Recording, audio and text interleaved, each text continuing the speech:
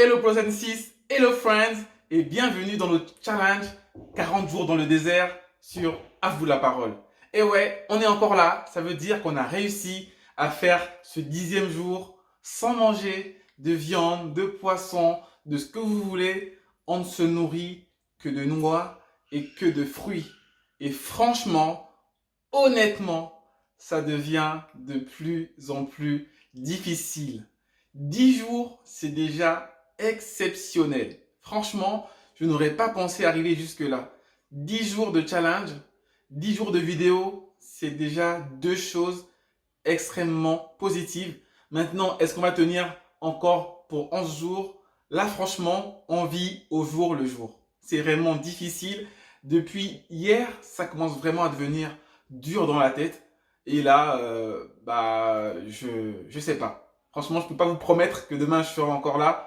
Mais en tout cas, je ferai le maximum pour pouvoir continuer ce challenge et pouvoir vous faire des messages de la parole de Dieu pendant 40 jours d'affilée. C'est un gros challenge qui aura de gros impacts sur la chaîne. Parce que si on fait 40 vidéos d'affilée, ça veut dire qu'on pourra assurer par la suite, au moins de manière hebdomadaire, une constance sur la chaîne. Et ça, c'est ce qui est recherché pour 2021. Donc, on est en 2020, fin d'année. Après les montages, finalement, ça va arriver en 2021. Parce que là, on est en octobre. Donc voilà, on persévère, on lâche rien. Et demain, c'est le jour numéro 11. On va voir si on tient. Mais franchement, ça commence à devenir dur, dur, dur, dur, dur. Dur pour le corps, dur dans la tête. Ça devient dur tout court. Ok? Mais bon, on va essayer de s'accrocher et continuer à faire des messages. Hier, on a parlé des femmes qui devaient être soumises à leur mari. Aujourd'hui, comme promis, on va parler des hommes. C'est parti? Allez, let's go! Dans les moments de doute, garde le sourire. Même si tu n'as pas les mots, garde le sourire. Yahweh là pour te guider. Yahweh là pour t'épauler. Yahweh là pour te sauver. Yahweh.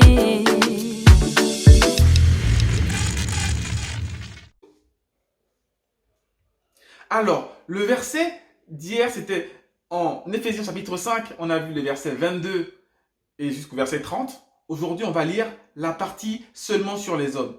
C'est parti.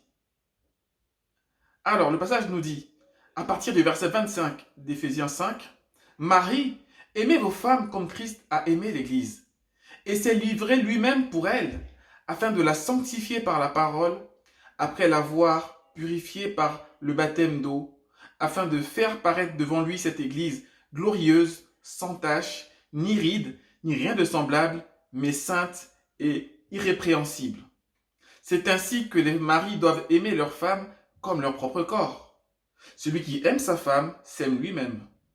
Car jamais personne n'a haï sa propre chair, mais il la nourrit et en prend soin, comme Christ le fait pour l'Église, parce que nous sommes membres de son corps. Alors ici, la mission que Dieu confie à l'homme dans les besoins domestiques, dans les devoirs domestiques, est hyper important. Reprenons le début du verset. Aimer comme Christ a aimé l'Église et s'est livré elle-même pour elle. Petite parenthèse, je dis toujours à des frères qui me demandent conseil, comment tu as fait pour choisir ta femme? Est-ce que tu étais sûr que c'était elle que tu devais épouser? Je leur dis toujours, quand vous êtes avec une fille en fréquentation, et vous croyez voir en elle votre future femme, posez-vous la question, est-ce que je suis prêt à me sacrifier pour cette femme? Est-ce que je suis prêt à donner ma vie pour cette femme? Est-ce que je suis prêt à mourir pour qu'elle puisse vivre? Si la réponse est oui, c'est déjà bon signe. Ça veut dire que vous êtes dans le bon chemin. Ça veut dire que la femme que vous avez devant vos yeux peut être votre future femme et vous pouvez faire votre famille ensemble. Si la réponse est non, vous n'êtes pas prêt à vous sacrifier pour elle, arrêtez tout de suite la relation, ça ne sert à rien. Parce que le mariage demande à l'homme une charge de sacrifice, un amour sacrificiel tel que celui de Christ pour l'Église. Et après, il parle du fait qu'on doit la sanctifier par la parole. C'est pour ça que je dis, comme je disais hier, que les hommes, vous devez vous former. Franchement, chaque homme, chaque mari doit se former. Si vous ne pouvez pas aller en institut biblique pour vous former, formez-vous vous-même avec des je sais pas, des vidéos, avec des livres, avec le commentaire biblique du chercheur. Formez-vous, formez-vous, formez-vous mes frères. Vous avez besoin d'avoir une assise spirituelle pour pouvoir équiper vos femmes et vos foyers. Pour pouvoir tenir ferme et avoir une famille forte spirituellement qui va porter du fruit pour le Seigneur, il faut que l'homme soit formé. Il faut que l'homme soit prêt spirituellement. Mes frères, vous devez être prêts à pouvoir sanctifier votre femme par la parole. D'accord? Je sais que ce n'est pas facile de trouver du temps avec le travail, de se former en institut, mais il y a des cours à distance, par exemple. Sinon, l'esprit qui est en nous nous forme. Mais pour cela, il faut prendre le temps d'étudier la parole. Marie, formez-vous. Vous devez être capable et vous devez, dans les faits, sanctifier vos femmes par la parole.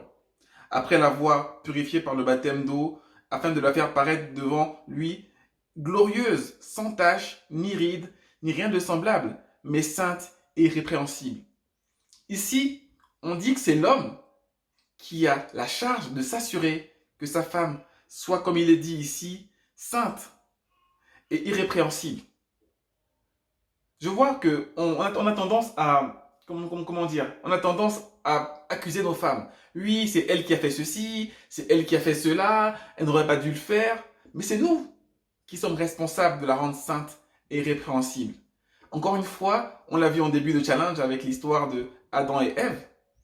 L'homme est responsable de pouvoir veiller aussi sur les choix que font sa femme. Il est responsable sur les décisions que vont prendre sa femme. Il faut veiller sur nos épouses. On doit être capable et propre à les enseigner, à les sanctifier par la parole. On doit s'assurer qu'elles demeurent saintes et irrépréhensibles. Et ensuite, il prend l'image de dire qu'on doit aimer nos femmes comme nos propres corps. Car celui qui aime sa femme s'aime lui-même. Je pense que c'est assez trivial, encore une fois. Si tu aimes vraiment, si tu t'aimes toi-même, tu vas prendre soin de ta femme. Un chrétien qui se dit vraiment serviteur de Dieu, et quand on voit sa femme, elle n'est pas heureuse, il peut faire tous les miracles du monde, il peut être le meilleur prédicateur possible. Si sa femme est malheureuse, il y a un problème. Franchement, il perd tout crédit. Parce que la femme que Dieu nous a donnée, c'est une bénédiction et nous devons en prendre soin. On doit aimer notre femme comme nous nous aimons nous-mêmes. D'accord? On doit prendre soin de nos épouses sur le plan spirituel, sur le plan matériel, sur tous les plans. Sur le plan affectueux. Enfin, on doit vraiment prendre notre rôle de mari à cœur. Aimer comme Christ a aimé, cet amour sacrificiel n'est pas tâche facile. C'est pour cela que nous avons besoin de l'aide de l'Esprit, dont nous avons été scellés, comme nous avons cru en Jésus-Christ, pour nous aider non seulement à grandir spirituellement, pour pouvoir être propres à enseigner nos épouses, mais aussi à avoir cet amour patient, lent à la colère, et qui va toujours être avec des paroles qui édifient nos épouses, et avoir aussi du temps à leur accorder, avoir de la patience, avoir vraiment des intentions de l'élever, la rendre heureuse. Un prédicateur puissant qui a une femme malheureuse, pour moi, est un prédicateur dans l'échec. La femme que Dieu nous a donnée, nous devons en prendre soin spirituellement, physiquement. Ok? C'est nous qui sommes responsables qu'elle soit sainte et irrépréhensible. Donc si derrière, on entend que notre épouse a créé des problèmes dans telle ou telle histoire, le premier coupable, c'est nous. C'est toi, mon frère. C'est pas ta femme. J'espère que je suis très clair. Là-dessus, il n'y a aucun débat. Je l'ai redit dans l'histoire d'Adam. L'homme est responsable de prendre soin de son épouse, de l'aimer, de se sacrifier pour elle. C'est pour ça aussi, je disais hier que quand on aime sa femme et qu'elle lui est soumise, on ne peut pas se servir de cette soumission pour la mettre en esclavage, pour l'utiliser. Non. Quand on aime sa femme jusqu'à se sacrifier pour elle, elle vous sera soumise, mais vous avez tellement d'amour pour elle que vous allez toujours l'aider à ne pas sombrer, toujours l'aider à l'élever, même si elle fait des tâches ingrates, même si elle donne tout son énergie pour prendre soin de sa maison et de son mari.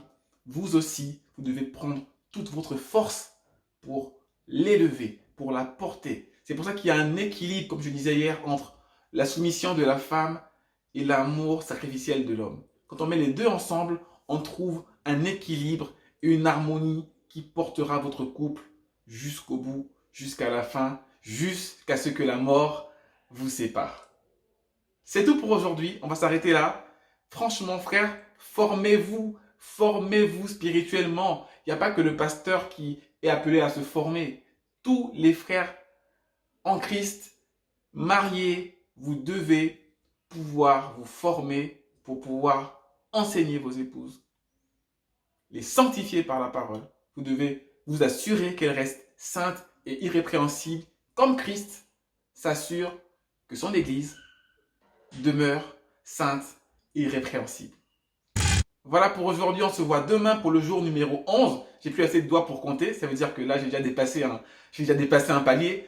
C'est encourageant, mais franchement ça devient très très dur, mais c'est pas quand c'est dur qu'il faut arrêter.